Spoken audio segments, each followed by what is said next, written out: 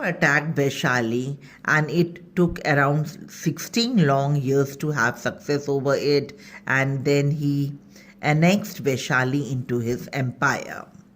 Now, children, during Ajatshatru's time, the Magadhan Empire expanded and extended its frontier or the borders to Kashi and Vaishali. The ruler of Avanti, he was also now, children, the ruler of Avanti, he was a strong enemy of Ajatshatru. So, in order to save himself, he fortified the capital city of Rajgir. We can still see the remains of this wall today. Now, also, we can see the remains of the fort of Rajgir.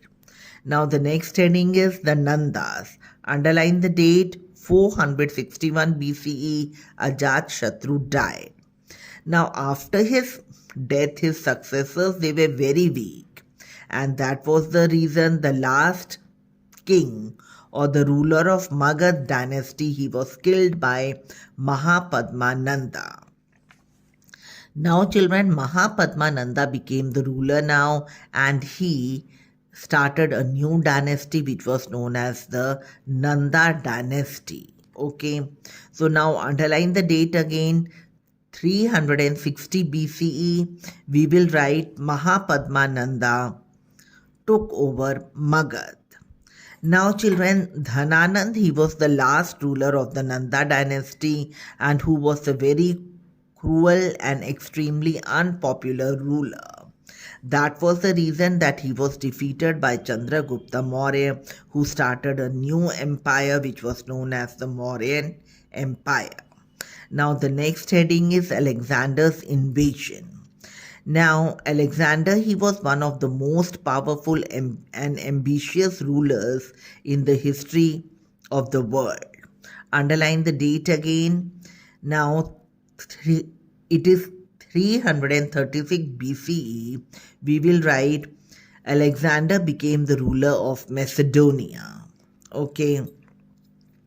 Now, children, when Alexander he invaded India, the Indian rulers they were engaged in fighting with each other. That made Alexander very easy to defeat them.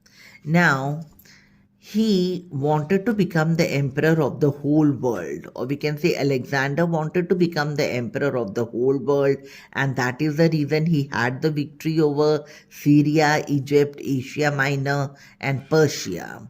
Again, underline the date 326 BCE. Alexander invaded India. Now, children, there was only one ruler in India who fought very bravely against Alexander, and that was Porus. Porus, he was having his kingdom between the rivers of Jhelum and Chenab. Porus fought bravely, but he was defeated by Alexander.